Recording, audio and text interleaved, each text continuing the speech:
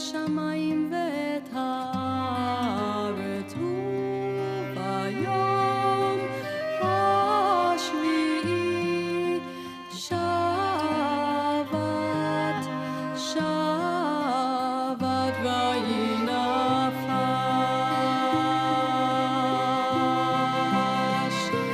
ביני ובין בני ישראל אותי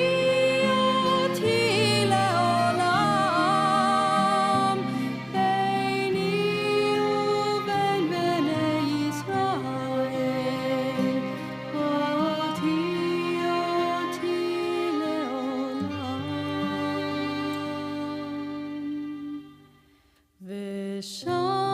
ושמרו בני ישראל את השבת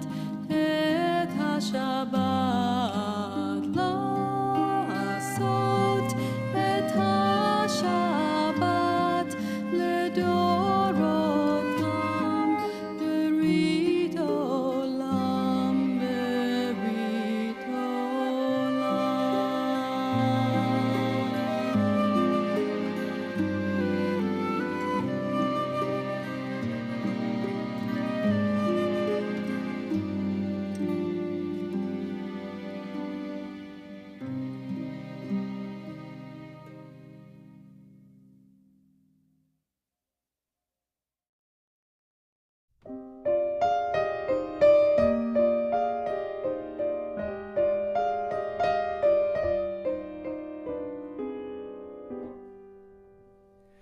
Shalom Aleichem, Malachei HaShalom, Malachei Elyon. Mi Melech, Malachei HaMlachim, HaKadosh Baruch Hu.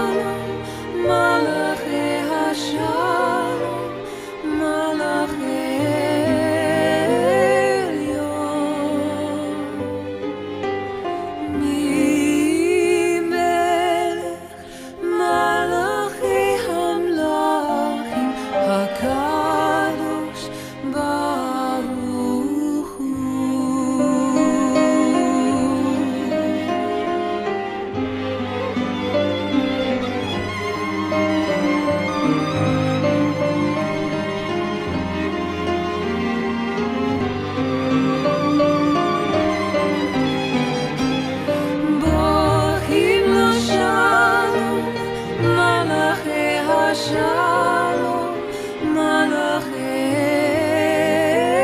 Elyon. Mi Melech, Malachei HaMlachim, HaKadosh Baruch Hu.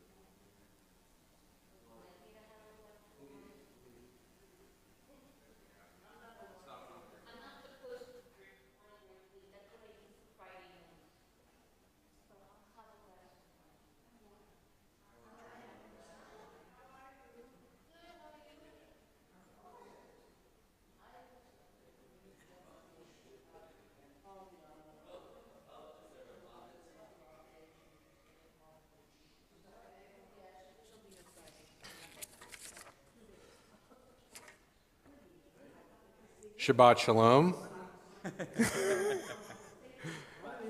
It's good to see everyone. Shabbat is not too far away, but we get a nice interlude in the middle of the week to be together. We are here for, I believe, what is it, our fourth installment? Fourth installment? Fourth time? Fourth? I think so. Yeah. Fourth. Fourth? Fourth. That's good. Yeah. Feels like 10. Feels like 2. I'm not sure. But I'd like to invite everyone who has had an opportunity to, or hasn't had an opportunity to. There's some refreshments in the back. Feel free to move around. Yes. Our Canadian friends are going back to Canada. Oh no! Oh, you're headed back to Canada. Okay. Tomorrow morning, but you see, You can still be here with us. my packing so that I can. Oh, that's so nice. You said you finished your packing so you can be with us. Well, we really enjoy having you. I do especially. And if you could, you can still join us hopefully on Zoom, even from Canada. You will? Oh, you did? Okay, good. Well, and a couple of shopkeeping notes just to attend to. Next week, we We are Next 2 weeks. in anticipation of a small holiday. What's it called again? I don't know, matzot? Matzot. Yeah, there's a lot of matzah involved. Yeah, so Passover is upcoming, and so we're going to take a Passover break. It's like when I went to the Jewish day school. You had all these extra breaks that you get when you go to a Jewish school, right? So we're going to get a Passover break. We're going to pass over it. Yeah, there you go. Exactly. And so next Wednesday, no session, and then the week after no session, then we'll resume after that. And we'll start from the beginning because we'll have forgotten everything by then, right? So let's begin with where we ended last time. Where did we end last time? Micha Mocha, yeah. Micha Mocha, okay. Sung to, what did we sing it to? What did we sing it to? Oh, what did we sing it to, Cantor? No, summertime was. I've got the sun in the morning. Got the sun in the morning. I got the sun in the morning and the moon at night. From which musical? There you go. I got the sun in the morning and the moon at night. This is how I remember. From Annie Got Your Gun. La la la la la la la la la la la la. La la la la la la la la la la la la. מי כמוך באלים אדוני, מי כמוך נדר בקודש, נורא תהילות אוסף אל לב, נורא תהילות אוסף אל לב. מלכותך ראו בניך, בוקע הים לפני משה, זה אלי אנו ואמרו, אדוני ימלוך לעולם ועד. מי כמוך באלים אדוני, מי כמוך נדר בקודש, נורא תהילות אוסף אל לב. ללי לה לה לה לה לה לה לה לה. ונאמר כי פדה אדוני את יעקב, וגלו מיד חזק ממנו. ללי לה לה לה לה לה לה לה לה. ברוך אתה אדוני גאל ישראל, גאל ישראל. La la la la la la la la la la la. מי כמוך באלים אדוני, מי כמוך נדר בקודש, נורא תהילות אוסף אל לב. La la la la la la la la la la la. So again, every time we get together, we have an opportunity to explore a bit of prayer through Broadway, and in particular, what we were focused on last week was how each prayer has a theme to it, or can have many themes to it actually. And one of the aspects I thought was so much true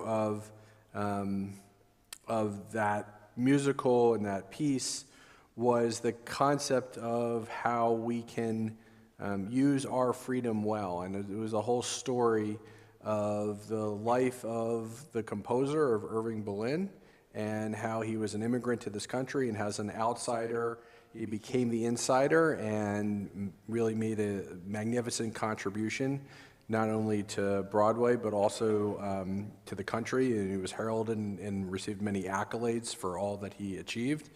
And so it is also true with Micha Mocha, that it's a prayer of redemption. It's a prayer of especially at this time of Passover, of recognizing that there are many in our world who lack freedom, or even ourselves. We sometimes too see that we have a lack of freedom in our personal lives, change or limitations on ourselves, on on our lives, how we might visualize or imagine them in their fullest way, but so too also in our community, in our country, and in our world, of course, and how Irving Berlin, through his imagination and through his perseverance, was able to contribute as God's partner to lifting up freedom in his own world, despite having had many challenges. We learned about that too, about somebody who we think of in such a heroic fashion and such a person to look up towards, himself had many struggles. And so that's what we look towards in our journey as well. And every time we come into the sanctuary, we can feel a sense of blessing of being on that journey towards having more freedom in our lives and also serving as a partner to God in helping those around us and the greater world to enjoy a bit of the taste of that freedom. And so do Irving Berlin. So I think there's a lot to Irving Berlin's life and a lot to the story also of Annie Got Your Gun, about how an outsider, in large measure Annie and also the Indian, play a magnificent role as the outsiders becoming insiders and having a transformative impact on those around them. And so too, it's true of the Jewish journey of Irving Berlin and of Micha Mocha, right? So there's themes that weave their way through the prayers and themes that weave their way through Broadway pieces, and that's what speaks to our hearts, and that's what gives us a sense of connection to both Broadway pieces as well as the prayers. That there's a theme, there's a deeper message, a deeper connection in our prayers. We also just to go back over it again, we did L'Chadodi, set to Les Mis, reminding ourselves that there's a context, right, to I Dream a Dream, and there's a context to our prayers. They come from somewhere. They don't just appear magically on a sheet of paper. Someone composed them frequently. L'Chadodi was actually composed by someone living in the 16th century. And so they have authorship, and they derive from somewhere. And so to understand the context, the historical context of Les Mis, helps us to appreciate the play and I Dreamed a Dream, and so to understanding the historical context of the authors and whom the prayers are written for at the time also provides us with a sense of meaning. So prayers have themes, prayers have contexts, and what did we learn of the other piece that we explored of Summertime with Gershwin was that they oftentimes begin with texts from the Bible or from other sources, but it's what we do with the texts that give them power. And that was so much true of Summertime. Remember, it was from a novel, a history from long before the musical was authored, and even after the musical was delivered, it was only until later renditions of it that became more popularized after Gershwin. In fact, it's been re-recorded now over 25,000 times, one of the most remade offerings of any piece of music is Summertime. And so true, it is also true of, we said it to Shema and Baruch Hu, that our prayers are not just what is given to us from the texts or their original sources, it's what we bring to them. And there's a constant modification, evolution to prayer, because as each generation or each group or each community or each individual chooses to share the prayer, that's what makes it meaningful, that's what makes it powerful. So true of Summertime. So tonight we're going to explore another theme, which is really about the idea of the way that we connect with prayer, literally in its performative capacity. Like the actual aesthetic of the prayer itself, how we pray, like the actual function of prayer. Because there's different ways of praying, different ways of connecting. And there's something special, I think, about a Broadway show or a Broadway musical, especially certain pieces of music that lend themselves a lot to the way that prayer is experienced and the way that we, in the modern age, or the contemporary age, have begun to more fully embrace a certain mode of prayer or of worship different what we inherited maybe a generation or a couple generations ago, or maybe even what some of us grew up with. That the aesthetic of Broadway has in many ways influenced our cultural sensitivities. So too, it's also true in a way that's affected our prayers. And why is that important? It's important because we want our prayers to speak to us. So if we're used to a certain aesthetic of how we hear music or how we experience something in a setting like a sanctuary or in a performative style, we want our prayers in certain ways to parallel that aesthetic that we're accustomed to. So I think we have our first rendition. Yes, so one of the plays one of the musicals that we're going to be lifting up for our session tonight is Man of La Mancha. And has anyone seen Man of La Mancha? I'm just curious. So a couple have. All right. Anything we know about it? Anything we know about the... What's the date of that? The date of the original... Of the original? Like the original text? I think it came out in the 1960s. Yeah, 1965, something like that. But interestingly enough, it's anything else we remember about Man of La Mancha? Based on Don Quixote, yes. Anything else? Don Quixote. So,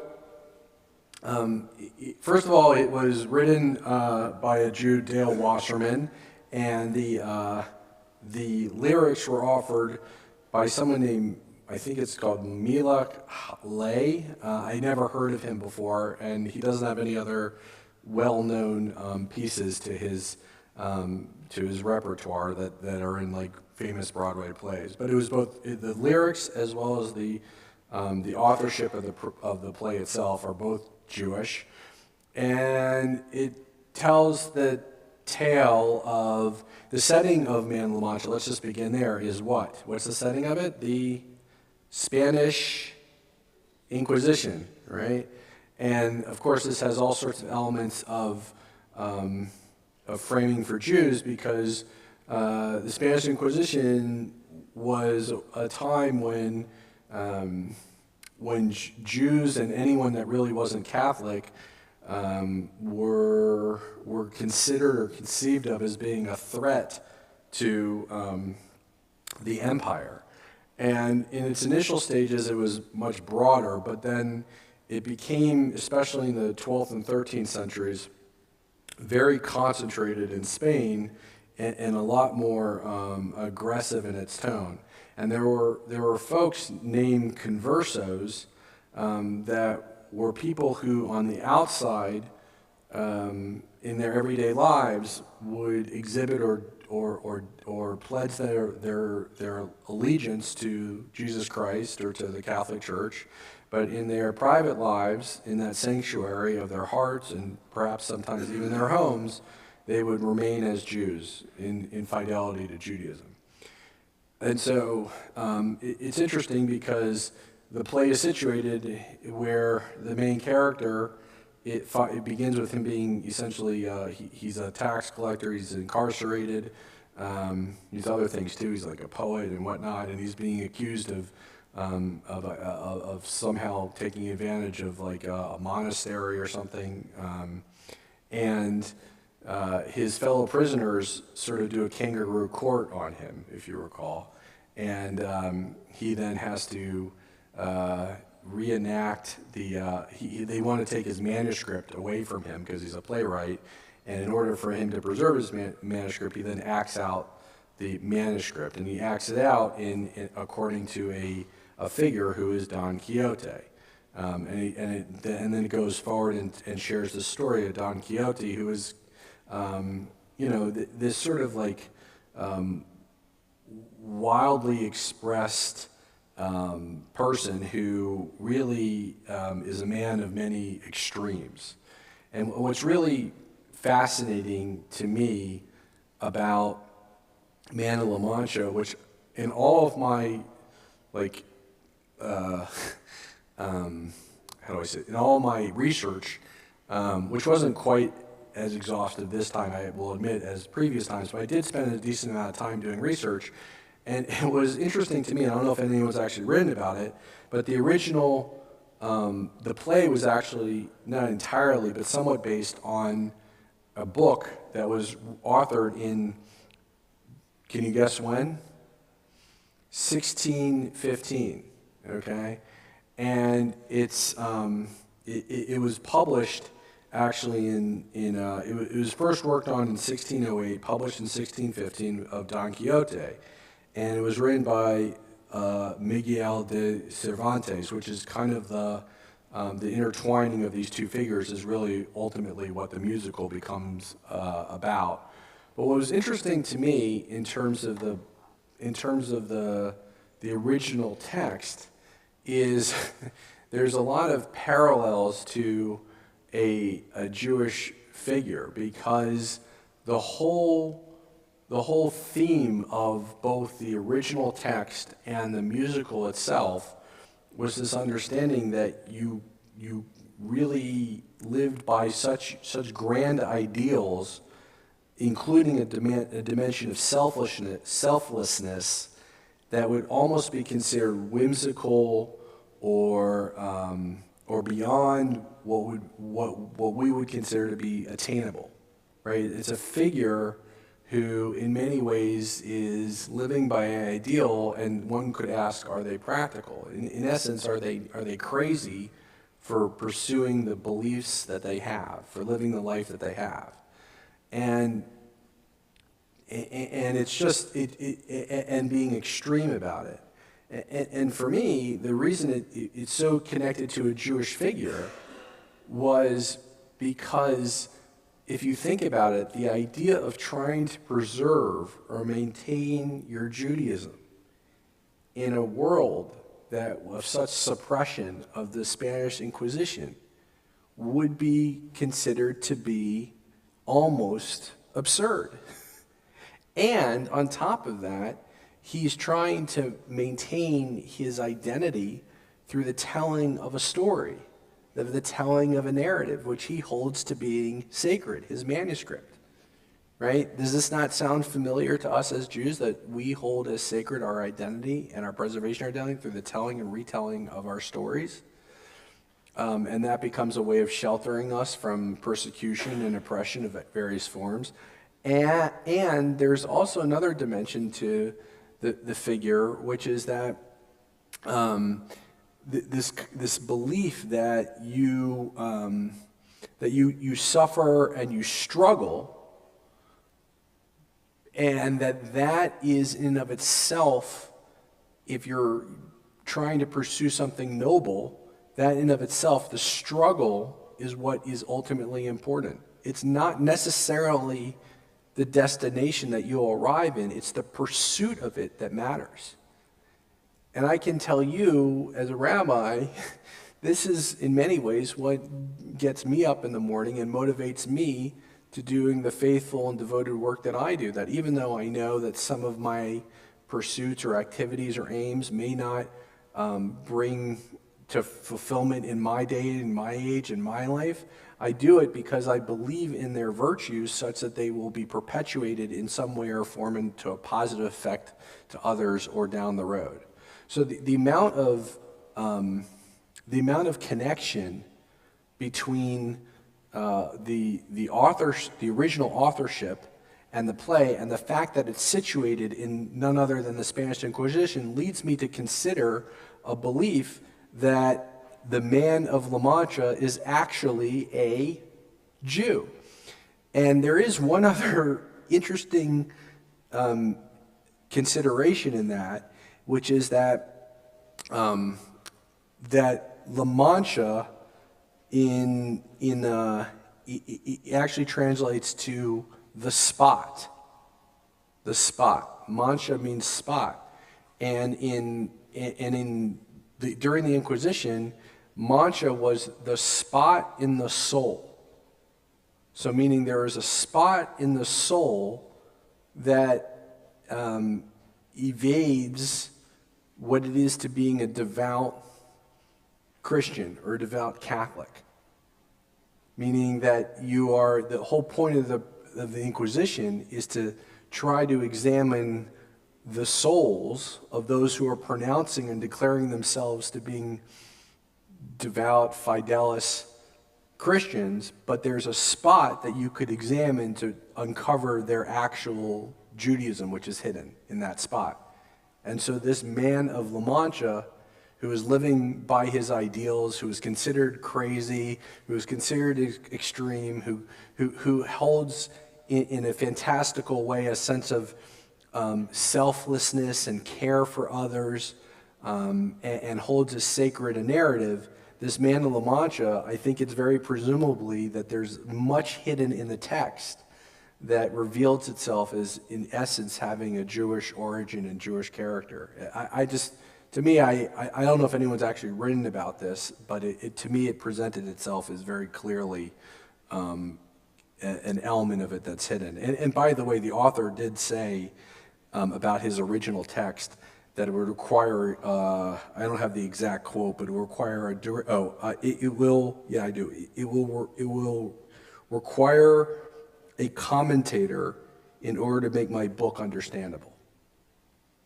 That's what the original author said about his original text.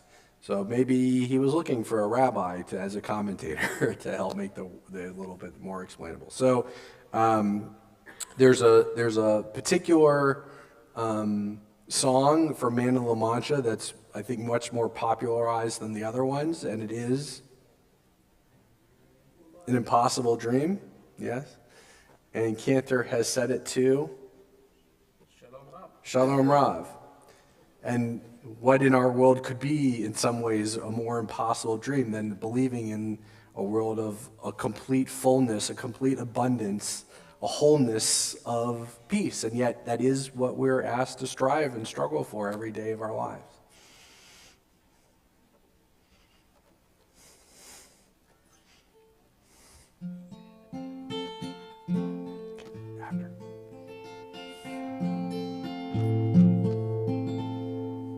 Shalom Rab al Yisrael Amcha Tasim leholam Ki ata hu melech adon lechol hashalom Shalom Rab al Yisrael Amcha Tasim leholam Ki ata hu melech adon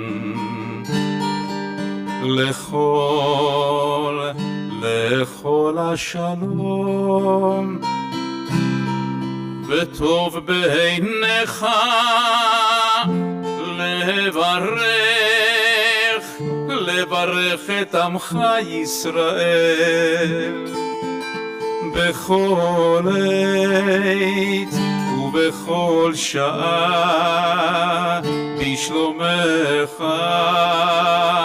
לברך את עמך ישראל בשלומך שלום רב על ישראל עמך תשים לעולם כי אתה הוא מלך אדון לכל השלום ברוך אתה אדוני המברך את עמו ישראל המברך את עמו ישראל המברך את עמו ישראל את עמו ושלום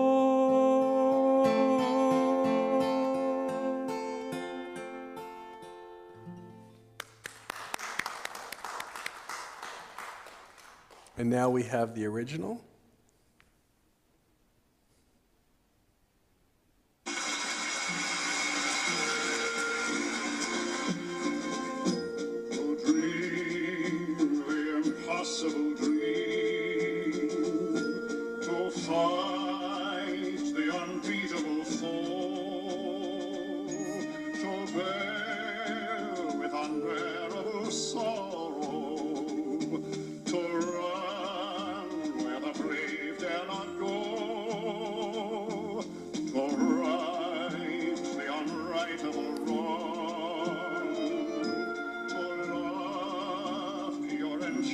From afar, to try when your arms are too weary to reach the unreachable star.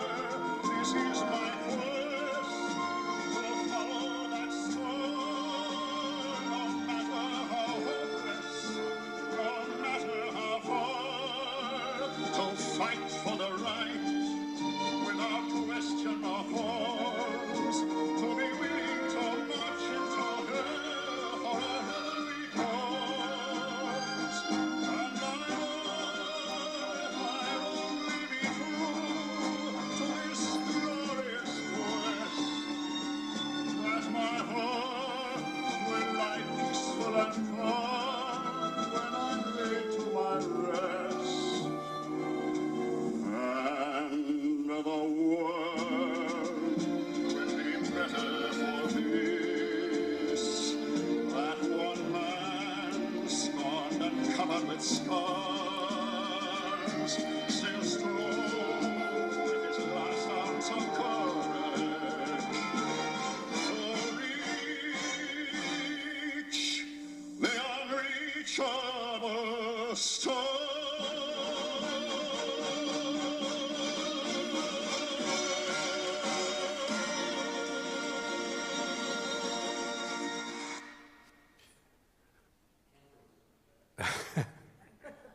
We all know that. He said the Cantor was much better.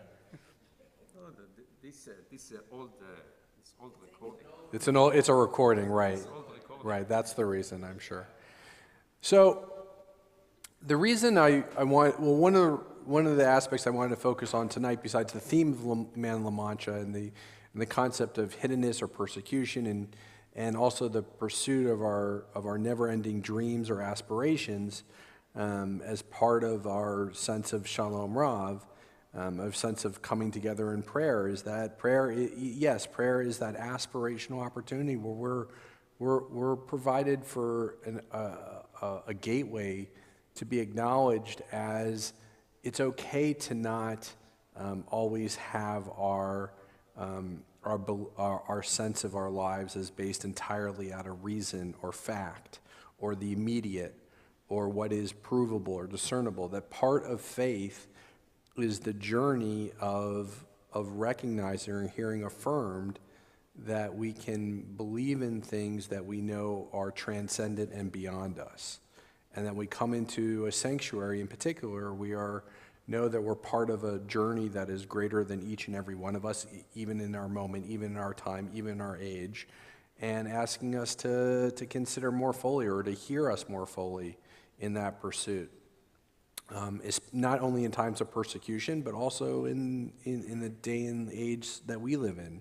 Even for ourselves, there are areas we know where there's a gap between what we know of and what we believe in or what we think is possible and what is impossible. That's part of the sacred journey of prayer. But the other aspect that I really wanted us to focus on tonight was something that's true about all Broadway songs, I believe, especially the most popular ones, is that they're tunes that you feel like you can sing along with, right? You know, they're ones that, for some reason, yes, there's Man of La Mancha, but The Impossible Dream is so much more well known than Man of La Mancha. Like when I asked, what do you know about Man of La Mancha? Oh, I know a little bit about it, right? Or we're somewhat connected. And some of us may or may not have seen the movie or gone to the show, but so many more people know the song. And that's so true of so many of the Broadway, pieces that you can sing along to them.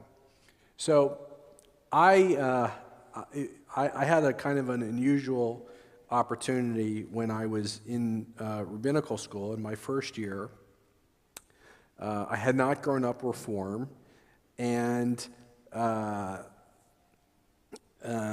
went to Israel in the first year in Jerusalem, and I placed into one of the highest level of the kind of the Hebrew learning and of study. And you're assigned in the class. It was a small class, but I was assigned what's called a chevruta partner, which is another person that you're learning along with, as you're studying. So you'll get a text or something, and you study it together, and they sort of become your buddy. And always it's a rabbinical student, because that's who you're in class with. Well, I may have been the only rabbinical student who was not assigned a chevruta study partner as a fellow rabbinical student. I was actually given a rabbi. And I had no background in the Reform movement. And the guy that I actually was my chevruta partner was none other than Dan Freelander. Dan Freelander was actually Rabbi Freelander was actually my chevruta partner during the first year. And the reason he and his Elise, who are both rabbis. Elise was a congregational rabbi who also was the editor of Mishkan Tefillah, of our prayer book. Her husband, Danny Freelander, was the vice president of the Union of Reform Judaism, in charge of the camping system for all the United States Reform camping. And they happened to decide for their 6-month sabbatical that what they were going to do is they would come to Jerusalem and spend time with rabbinical students to leave an impression and sort of be kind of a light in the sky to all of us. And they felt that they would enrich them too, all these years later, being able to sort of walk the same walk or re-explore their journey from before that they had all these years before as rabbinical students in Jerusalem. I had no idea who Dan Freelander was, though, at all, not whatsoever, because I didn't grow up with Reform liturgy. So here I am studying with him, and I asked him a little about himself. And what do I find out? That he is not only this person he happens to be a very nice guy. He's now retired and all of that. But in addition to all that, he happens to have been a composer. And does anyone know any of the songs that Dan Freelander has composed or any of the prayers? Well, neither had I, so you're not alone. But there's one in particular that I think you'll recognize.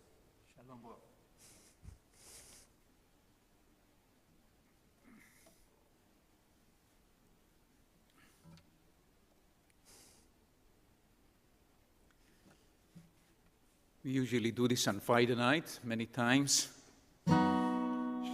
Shalom Rab al Israel amcha tasim leholam.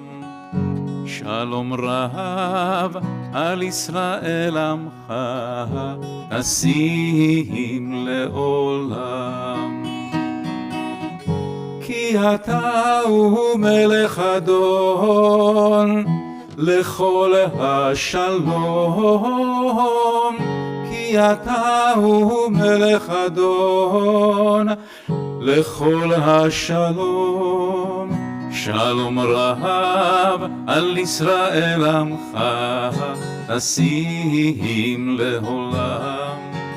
Shalom Rab al Israel amcha tasim leolam. וטוב בעיניך לברך את עמך ישראל בכל עת ובכל שעה לשלומך. שלום רב על ישראל עמך תשים לעולם. שלום רב על ישראל עמך תשים לעולם. תשים לעולם. תשים לעולם. So how did Shalom Rav emerge? How did this happen? Well, as Rabbi Freelander would share, is that he grew up in a Reformed Judaism where I think many of our congregants of his era grew up. He's about now, I think about in his mid-70s, I think. I don't know, forgive me, Dan, if you're listening and you're a little younger. But he grew up and in the temple he grew up in, there was no Shalom Rav. There was no participatory, what we say, prayer. What would happen is the cantor would offer the prayers from the bima, and by and large, people would be asked to sit or stand, or maybe on occasion read one line of liturgy or along with the cantor, or there would be occasionally a responsive reading. Occasionally, but more often than not, the prayers were read by the rabbi in English, by and large, and definitely if they were in Hebrew, read by the rabbi or sung, or in Hebrew, read by the rabbi or sung by the cantor. But by and large, the prayers were sung by the cantor, and there was a mechanism where the congregation would observe this style.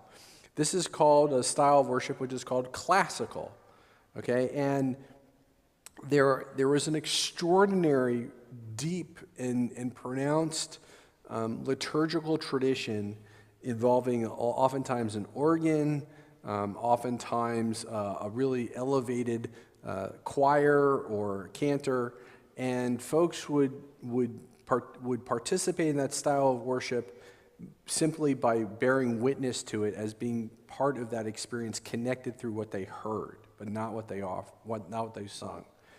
And what happened is that there started to emerge a baby boomer generation, which was larger and had other transformative impacts on the society beyond just in Reform worship. People would start to hear the music that they would hear on the radio, and it would have a kind of an impact on their parents' generation. Their parents were, in the beginning, they tried to suppress it or distance it, but they realized this is what the younger folks were interested in, right? So then at the same time as paralleled this, there was a camping system. And Dan Freelander and others would go out to the camps, and they would experiment with the songs that they heard on the radio or the tunes they heard on the radio and try to intertwine them with pieces of liturgy that they had from what they grew up, and to combine these two formats. And what emerged from this was actually something largely controversial, because then what would happen? The kids would come back from camp and want to experience that worship in their sanctuaries. And their parents were like, what is this? Right? A totally different style. They had a guitar, everyone was singing, it was camp. And like, this isn't camp. Leave camp at camp. This is our sanctuary. And so you had a real conflict between two different modalities of worship. That has actually become even more pronounced as we are moving forward, because there's every generation, every period of time, you have different types of aesthetics of what people are accustomed to hearing in and around their radio, or hearing on their iPhones, or whatever, however you get your music now, right? So what's happening is, and has really emerged in the last 25, 30 years, is you have multiple demographics, and in a worship style service, you're trying to accommodate multiple demographics at a single point in time. But what you start to see, though, more and more, similar to what occurs on Broadway, is these songs are ones that people want to sing. They want to utter. They want to be part of the experience of worship themselves. And so when Cantor is singing these songs at Broadway and you feel like you want to sing along, that's very consonant with the revolution that happened alongside of it, that was led pretty much in the 1960s and 1970s by kids who were going off to camp, experimenting with various songs, coming back into the sanctuaries, and then transforming their temple worship services, much to the chagrin of cantors who had been trained in the classical style. Okay? So just to give you an idea of just how revolutionary the change was, and it did happen over a period of about 5 to 10 years, we have another version of Shalom Rav by Sternberg that was and you see the contrast now between the Shalom Rav, which we sing every Friday night, which was introduced in the 60s and 70s, versus the one that many grew up in if you had been going to a Reformed temple up to that point. And it was not on a piano. You're going to offer it on a piano. The organ. It was offered from the organ. We use this song with the organ. The first 15 years when I came to the temple from 1984 to the 90, we used the organ and we sang this song with the adult choir. And Ellen Ross was in the choir, soprano, and she knows the song, Shalom Rav, from Ben Steinberg. So we did it here. Yeah, because we originally, in our origins, we had a classical style here. Yeah. You grew up with Shalom Rav with Danny Freelander. Okay. You're going to recognize this if I sing. Shalom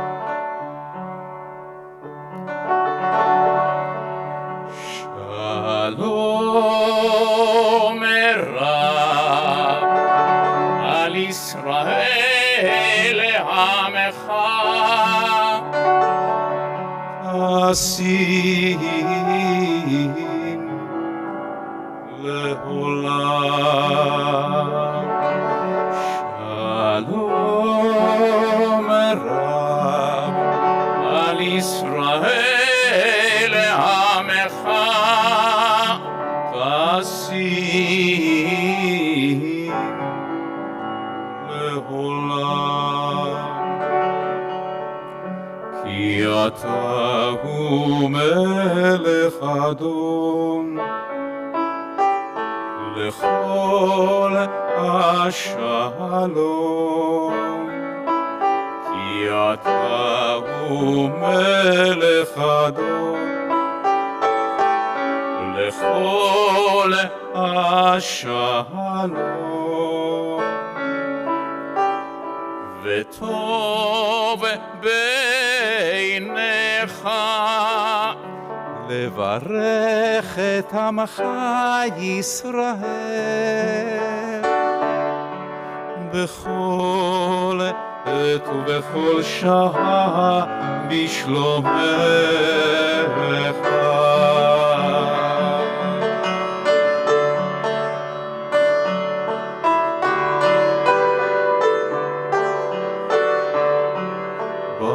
ברוך אתה אדוני עושה השלום.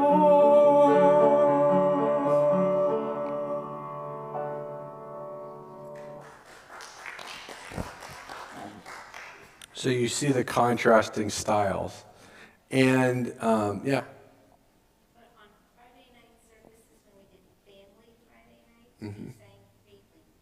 Yeah, you sang Freelander, right. We sang that on Friday night. So probably the Sternberg offering, I would suggest this may be one of the few congregations ever where you were offering that version of Shalom Rav while wearing a kippah. Okay? Meaning that classical style of Reformed Judaism harkens back to a day before Reformed Judaism, by and large, adopted more universally wearing a kippah. And the fact that those two coexisted here at a certain point in time is kind of an irregularity, you could say. By the way, in terms of my own journey through Reformed Judaism, I was schooled in Cincinnati. I then went to, I was working at the Rabbinic Inter at Rockdale Temple, Bethel in San Antonio, and then in Hagerstown, Maryland. Each one of them, their average age of those places is about 140 years old. And so they maintain, in a lot of ways, the legacy of classical Reformed Judaism. So that offering of Shalom Rav, I've heard in each and every congregation, even despite the fact that I'm, obviously didn't grow up with that as a child in a Reformed congregation. So, it is still out there, and it is still, I think, part of a valuable and meaningful part of liturgical expression. Okay.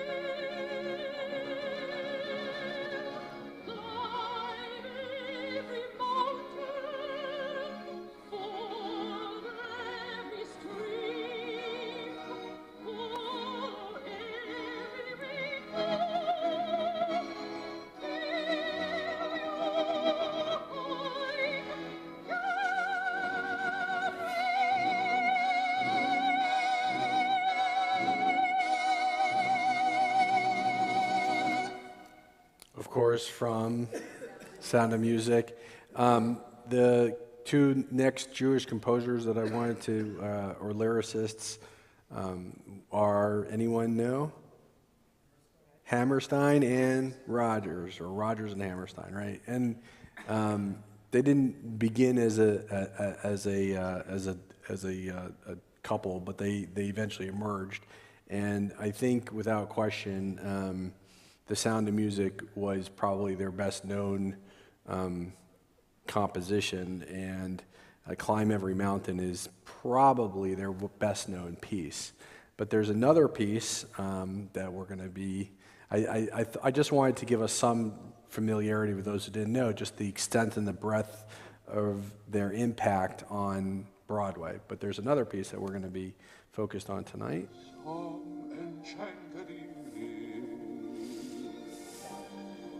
You may see a stranger, you may see a stranger across a crowded room, and somehow you know even then, that somewhere you'll see her again and again. Some enchanted evening, someone may be laughing. You may hear her laughing across a crowded room, and night after night,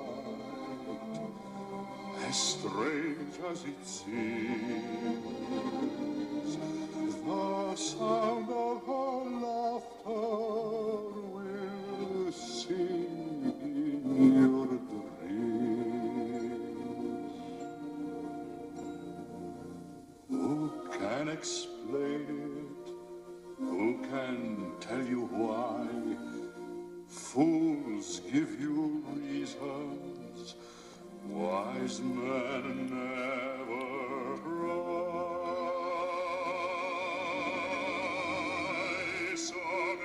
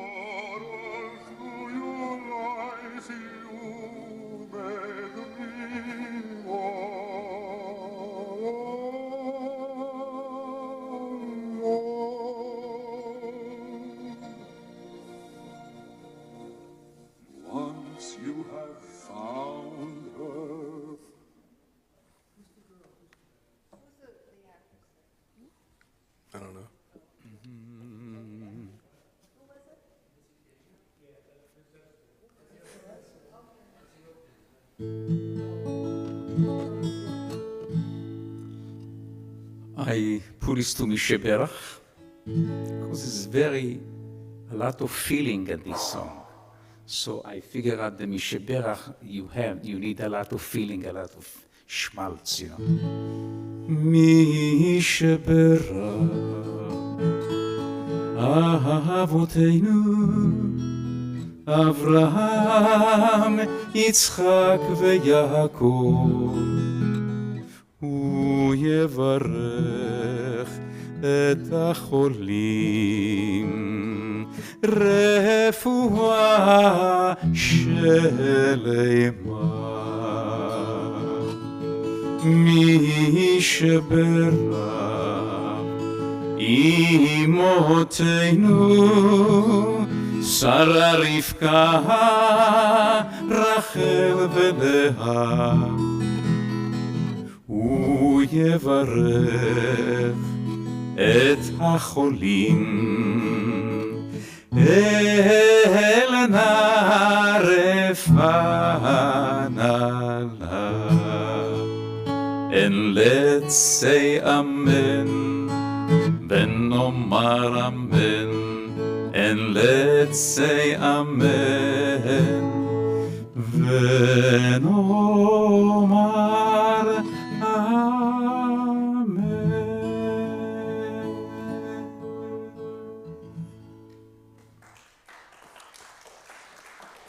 Don't put the guitar away. And we're going to, I don't think it's necessary actually for tonight to go through the Misheberach that we sing on Friday night. I think we all are familiar with that. It's a Debbie Friedman's Misheberach, right? And Debbie Friedman is really considered the transformative figure, much more so than Dan Friedlander. Dan Friedlander composed Shalom Rav. He was a rabbi. He advocated for this style of music to be incorporated. But Debbie Friedman, both in her personality and also in the way that she performed, helped Jewish communities connect ever more fully. And she had such an impact on the trajectory of Reformed Jewish music that the cantoral school, even though she was not a cantor, did not ever study at the Hebrew Union College. She taught eventually for a brief period of time before she sadly passed away at too young of an age. But the school, a couple years after her passing, was renamed the Debbie Friedman School of Sacred Music. So even though she wasn't a cantor, even though she wasn't schooled as a cantor, she still yet had this incredible gift that she gave to the world of helping us to connect in a more participatory fashion with our prayers. And I think that is very reflective of why Broadway plays and musicals are so popularized, why they have such an impact, is not just because of the themes or the stories that they tell, but also the pieces are such that you can sing along to and remember long after you're there. You sing along with the pieces, and that's what audiences demand, and that's also what worshipers demand in our day and age. As moving as the grand classical pieces are, they don't afford us the opportunity to sing along with them. And it's that missing piece that we feel so connected to through the greater cultural milieu repertoire of which we're accustomed. So I just wanted to contrast what we sing for Misheberach, Debbie Friedman's Misheberach, just so you have a taste of it for those of you who don't know what a traditional Misheberach sounds like in a more of a traditional setting. And then we're going to hear the classical form of a Misheberach, which I presume many of us probably have not heard or haven't heard in a long time. This is a Misheberach, the traditional that my father used to. That we both grew up with. Yeah. We grew up. This is my father. You know, usually the Gabbai, they stand near the Torah, you do Misheberach, so this is how they sound. The Misheberach, if somebody is sick, this why, this when he's do this, and the traditional in the traditional temple, you know, they don't ask money for yearly or monthly. When they come to the Torah, they ask for the money. When I go to Israel, they do Misheberach for me, and the $18 for maftir. You know, so this is one of the misheberach that you're doing for the sick people. משברך אבותינו אברהם, יצחק ויעקב, שרה רבקה, רחל ולאה, הוא יברך וירפא את כל החולים. בקהילה הקדושה הזאת, הקדוש ברוך הוא ימלא רחמים עליהם, להחזיקם ולרפאותם, וישלח להם מהרה רפואה שלמה מן השמיים, רפואת הנפש ורפואת הגוף, בתוך שאר חולי ישראל, ורפואה קרובה לבוא. אשתה גלה בזמן קריב ונאמר אמן. So did anyone else besides us grow up with that? No, okay. But if you were to go into a conservative, like at Sinai or Young Israel, that's what you would hear on a Shabbat morning. A little different, right, than Debbie Friedman's Mishberach. And if Debbie Friedman hadn't come along, we still wouldn't have heard that. We would have heard this instead.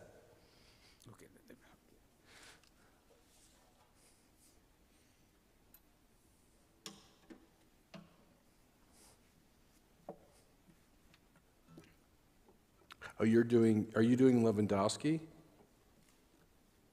Are you doing Lewandowski? The Debbie Friedman. Oh, no, it's okay. No, all right. So, do you have the classical? No. Okay. Not the Mishberach. Okay. So I wanted to give you another taste. Let's rather than do the Mishberach, because I know that. I think we know that one. I wanted to give you another taste of another. The preeminent classical, I'd say, lyricist is Lewandowski. I don't know if you've heard the name. And he has an offering of Matovu. Matovu, yeah. You want to try that? Okay, Matovu. Yeah. So you get a little bit of a taste of this. He has Matovu. Yeah. Yeah. This is a Matovu. This usually for when we use this when we open the service with Matovu, and we used to sing on the High Holiday also with the choir Matovu, written by Lewandowski.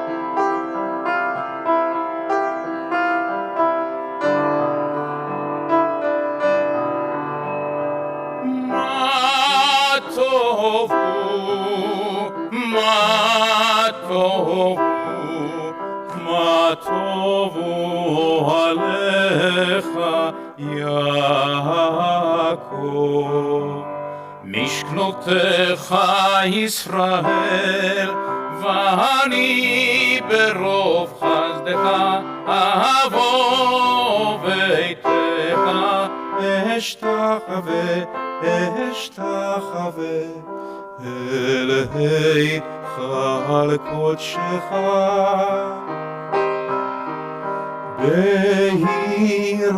ביראתך.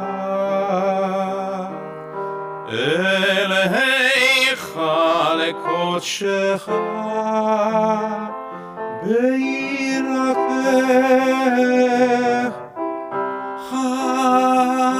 אדוני אהבתי בהון ביתך, ומקום משכן כבודך, ואני אשתחווה ואכרע אברך לפני אדוני עושי.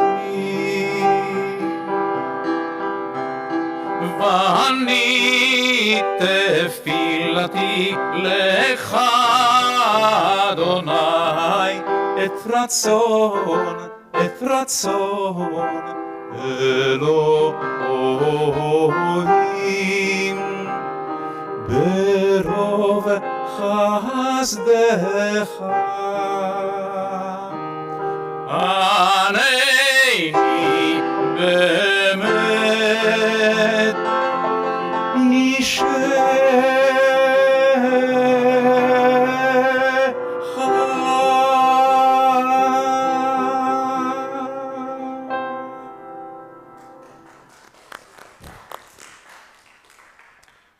I'm going to ask Cantor to flip back again to, now you see again the difference, and one last time of Debbie Friedman song, just so we're feeling the contrasting melodies. She not only did Mishir Berach, but there's another song that we're all familiar with, Kol HaNeshama Tehaliyah. With every breath we take, we praise God.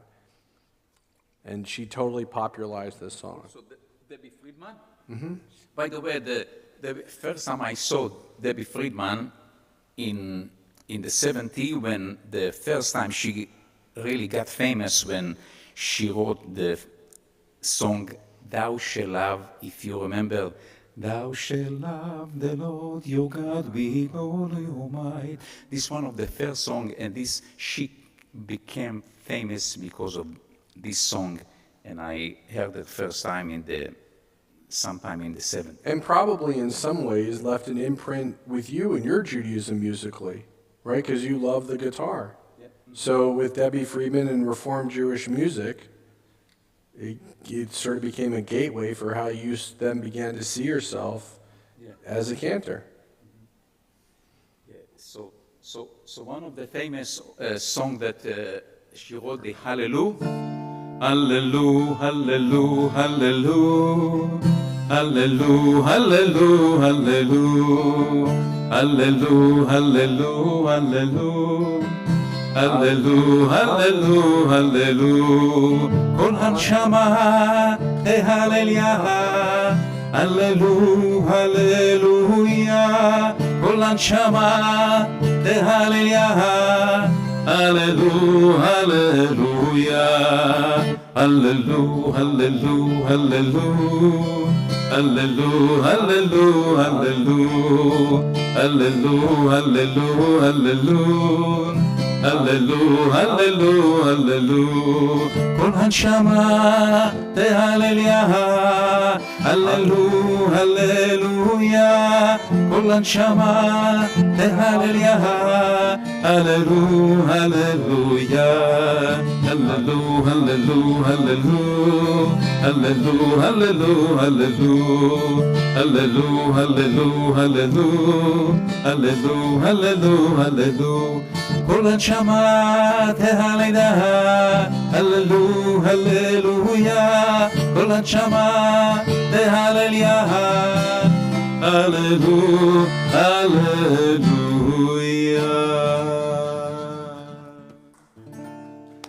So the same way that Gershwin and Berlin and Hammerstein and Rogers transformed our culture by how they brought these musical productions to life in a way that we would feel like could sing along, so too did Reform Jewish innovators of music also contribute to the musical repertoire such that we could feel that we could connect in the same way to our songs, our prayers, in a more participatory and full way.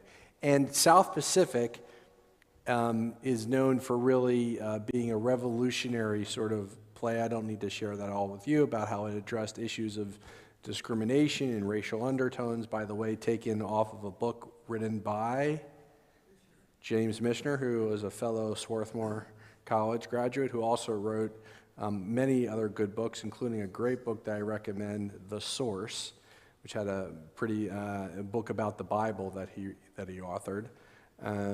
And so as we're singing along in prayers of praise, I wanted to end with one last piece done by a young Ukrainian prodigy.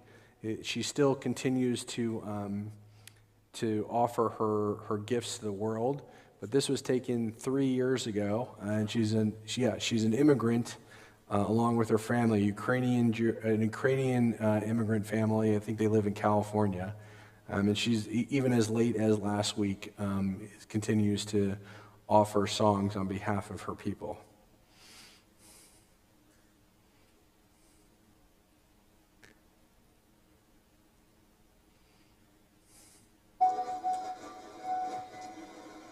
Hallelujah.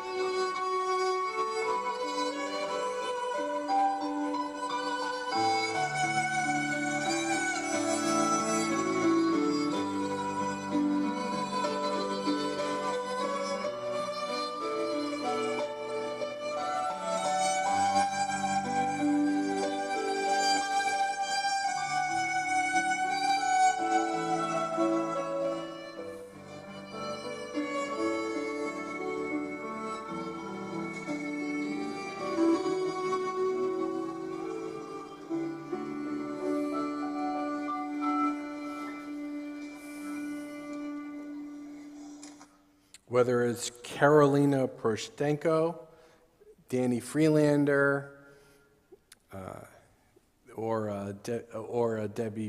Danny Freelander or Debbie Friedman, or whether it's Roger Hammerstein or any of our Leonard Cohen, or Cantor Rosen. It's what we all bring to the way that we connect to our worship. And one of the revolutionary ways that have impacted our world is the way that Jews have brought people into the depths of their souls by helping them to connect to important themes, important ideas, transformative messages that we hope that improve ourselves and improve the world around us, and in large measure helping us to connect to the songs by literally the aesthetic of being able to sing along. Thank you for being here. Remember, not next Wednesday? Yeah. It's wonderful. And I heard in the back, and Cantor has pointed out, you've done South Pacific here. Yeah. We did South Pacific, and we did a couple of long time ago. Yeah. Yeah, long time ago. Long time ago. 91, 92. No, it was before that. It's before we left the church. The I was in middle school when you guys were doing it. in the chapel we have set up for the Jubilee some of the artifacts from our, if I can call them artifacts, is that okay? Artifacts from the temple along the years, and in among them is the Broadway shows, including the It's there. couple cookies.